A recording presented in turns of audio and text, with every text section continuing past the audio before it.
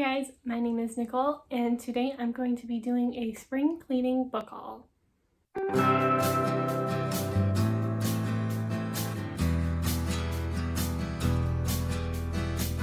let's just jump right into the books, shall we?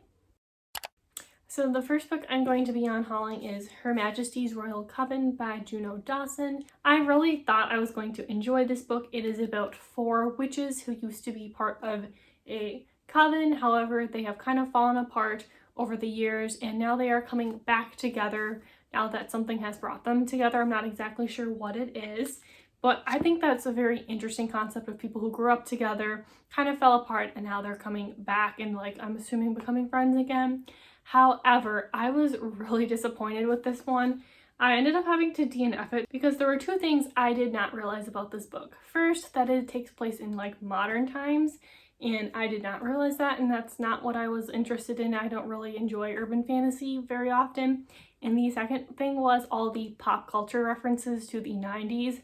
It absolutely drove me insane and I could not finish this book. I ended up putting it down and I never honestly want to look at it again. I absolutely hate pop culture references in books, especially when they're so heavy-handed, and that very much was the case, I feel like, in this book. So I just could not enjoy this story because I kept getting annoyed at those things. So if that doesn't bother you, I think you'll still like this book. I just did not realize, again, it was in modern times, and also then I don't like pop culture references if it is in modern times. I feel like it really dates the book in a bad way, so I ended up just not enjoying it and being unable to even finish it. But if those things don't bother you, I still recommend picking it up if the plot sounds interesting to you. Then the next book I have here is The Wisteria Society of Lady Scoundrels by India Holton.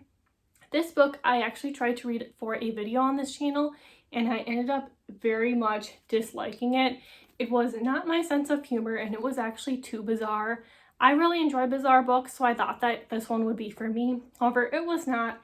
There were a lot of jokes and they just were not landing. It was kind of like I could hear the laugh track in the background, but I wasn't laughing along. That's kind of how it felt. I just didn't find this sense of humor funny. And I also really just felt like we were thrown into a 3rd book in a series. Nothing was properly explained, and the stuff that was explained was stuff that I didn't want to know. And I also didn't like that this is not a spoiler, it happens on like page 10, but there are flying houses in this book, and it doesn't make any sense because they're like landing on well-known like British streets. So those streets already have buildings on them, so I don't know where they're parking. It wasn't explained, it didn't make sense, and it felt just too weird. So if you are still interested in like the plot, I recommend picking this one up because maybe it'll be your sense of humor. So I feel like when I don't like a book based on the sense of humor, it's very much up to you how you feel about that one. So maybe still pick this up, but for me, I thought it was pretty cringy and awful. Then next up we have Bone Crier's Moon by Catherine Purdy. I actually enjoyed this book when I read it. I think I gave it 3 stars. I really enjoyed, I would say, like the first half, and then the latter half kind of disappointed me. It went in a couple directions I didn't care for, and then I just never wanted to pick up the sequel, so I figured it's time to let this one go, despite how much I love the cover. I love Charlie Bowater. She's like my favorite artist, so I kind of always want to buy her books just because of the cover. But so the concept of this book are that there are bone criers, and these are women who like get powers from bones. They can like kill different animals and then take on their abilities, and then they also have to kill the love of their life in order to fully ascend. Bone criers are important because they kind of ferry the dead to the afterlife. However, our main character is meant to kill this man that is said to be the love of her life, and then she ends up not doing it because she is abducted. So there's a lot going on. She also has a best friend who has a point of view and who's trying to save her. And then like the love of her life kind of has a, I don't know if it's girlfriend or if it's best friend and she just has feelings for him, but there's also that whole subplot, and there's just a lot going on, and I ended up not really caring for the direction it went in. It's pretty long and it got very boring in the last half. I thought this was just going to be very different than it was. Love the concept, especially the beginning. I was so drawn in when they were hunting animals to take their bones and like do magical things with them. But then after that, it just got kind of boring because it was just a bunch of teenagers complaining and like being stupid, and that's not what I was looking for. So I'm gonna pass this one along. Then next up, I have The Bright and the Pale. I enjoyed this one. I think I gave it 3 or 4 stars. It's a fun YA fantasy if you're looking for like a wintry fantasy that's going to give you all those cold vibes. So this definitely will. However, I've had the sequel for a while and I just never pick it up. Every winter I say I'm going to and then I do not. So I think I'm just going to pass this series on. I already got rid of the second book and sold it, so this one is still waiting to be sold. But I'm going to pass it along because I just don't think I'm going to revisit it. It was an okay YA fantasy, but it was very, I would say, juvenile, the writing style. And it was not original, I would say, at all. Very predictable, so it was a fun read, but I'm not going to pick up the second one, so I might as well pass it along as well. Then I have Empress of All Seasons by Miko Jean. I have owned this book, I think, since its release. I'm pretty sure I had my parents get it for me for Christmas. Yeah, since 2018. I always look at this book and then I don't read it, so I'm just going to get rid of it. I don't know. At this point, I don't remember what it's about. I just remember that for whatever reason, I was looking at how many pages there were. I read the ending, and I don't like the ending. So now that I know like the twists and stuff, I don't see the point. Should I have read the ending? No, this is definitely my own fault, but I just didn't want to pick this one up because now that I still, for whatever reason, remember the ending. I kept thinking I would forget and then pick it up, but I can't get the ending out of my head, so I'm going to pass this one along. Okay, I was getting uncomfortable, so I had to move. But the next three I have are all in a trilogy. I think the first book is Ships of Smoke and Steel by Django Wexler. I ended up reading the first book. It was okay. I think I gave it like 4 stars. I liked it. It was fun. It was action-packed. But for whatever reason, I can't bring myself to read the next 2 books. So I figured I should just pass this along. It kind of feels like a chore every time I think about picking up the next book. So I feel like overall that means personally I didn't truly enjoy it that much if I don't care to see what happens to the characters next. But this is a YA/new adult. I would say it's closer to new adult fantasy series about pirates. Our main character ends up having to infiltrate a pirate ship and they are kind of full of like magical abilities and stuff, the crew, and she has to like infiltrate it and like steal the ship. So it's very interesting, I would say, like the concept of it, but I didn't care for the romance that developed at the end. I thought it just did not feel, it felt kind of icky, honestly, like coming from the author. I don't think he did a very good job of writing the lesbian relationship. And also, I didn't really care for our main character. I felt like she was kind of a bad person, and I was like, okay, this is like interesting.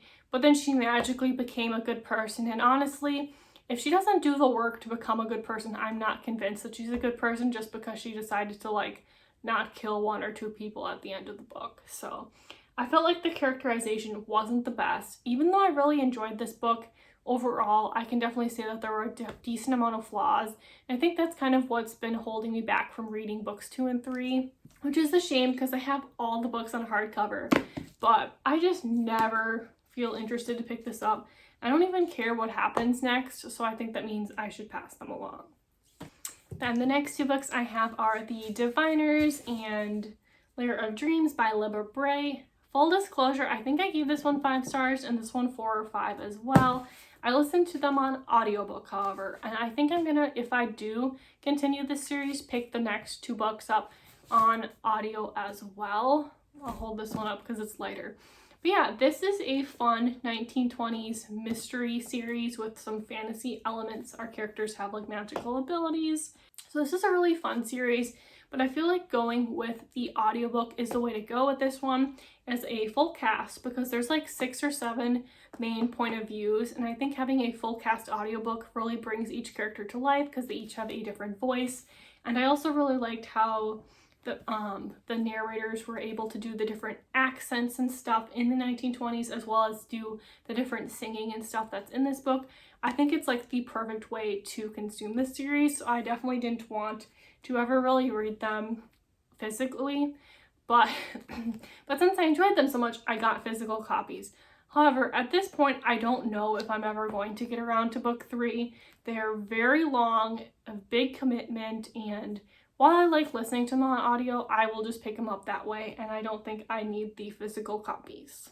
And then the last couple of books are books that I still own. These are just paperback copies, and I either switched them to hardcover or they had like cover redesigns, and I liked those better. So the first ones I have are The Bells and the Everlasting Rose.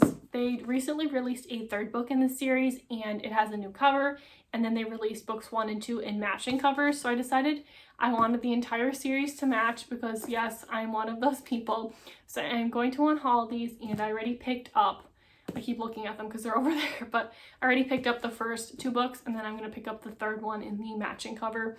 I'm really excited because I absolutely love this series. I think I gave book 1 5 stars. This one got 3 or 4 because I thought it was a little bit rushed, but now I'm excited because there is going to be a third book. Originally, I thought this was going to be the ending, and that's what kind of like made me disappointed. But now that there's a third book, I'm really excited to pick up this series. It is so much fun. Basically, we follow these characters who are bells, and they have like magical abilities to make people beautiful and just alter their looks. So the royalty kind of have all these bells on call, and they like to change up their entire look and body every so often, so they use these bells to do so. However, there is currently a competition to decide who is going to be the royal belle, and she will like serve the princess or queen. I really liked this series and I can't wait for the third book, but yeah, I just wanted to get all my editions matching. Plus, to be honest, the first 2 didn't match because look at the size difference. It always irritated me. So now that they're all going to be the same size and all 3 covers will match, I figured I would pick that one up instead. And then the last books I have are Sword of Destiny and The Last Wish. These are books in the Witcher series. I ended up buying all of these series on hardcover in the like exclusive editions.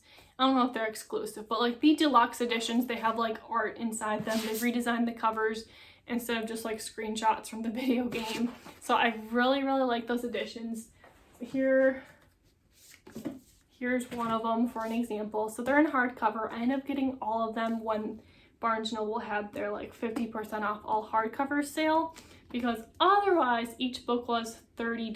So getting each book for $15 was definitely a better deal. I really like how colorful and pretty these ones are, and I love the map. It's just, these are really pretty editions, so I wanted to get rid of the ones that I did have on soft cover because I don't need them, let's be honest. I don't need 2 editions of books, especially because I definitely won't read them in this format, being as I have the hardcover, and I definitely prefer hardcovers anyway. I think that they will hold up longer, so that way I can continue to own these books and like pass them along as I get older.